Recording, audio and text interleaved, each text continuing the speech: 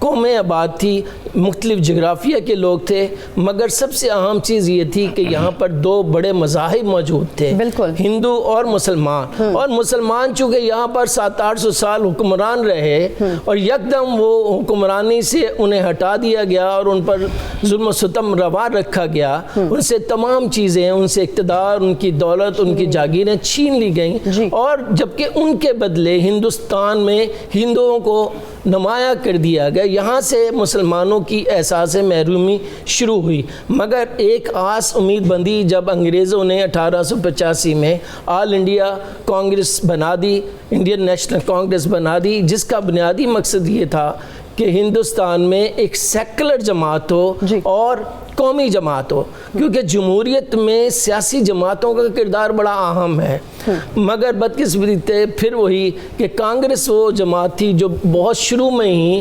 ہندوؤں کی جانب مبذول ہو گئی اور انہوں نے ہندوؤں کے مفادات کا تحفظ کیا۔ یہاں سے پھر سر سید احمد خان نے ایک دو قومی نظریے کا ایک نظریہ پیش کیا، مگر 1905 میں جب تقسیم بنگال ہوئی اور تقسیم بنگال میں جہاں مسلمانوں کو ایسٹ بنگال میں اکثریت حاصل ہو گئی، ہندوؤں نے بے انتہا اس پر احتجاج کیا۔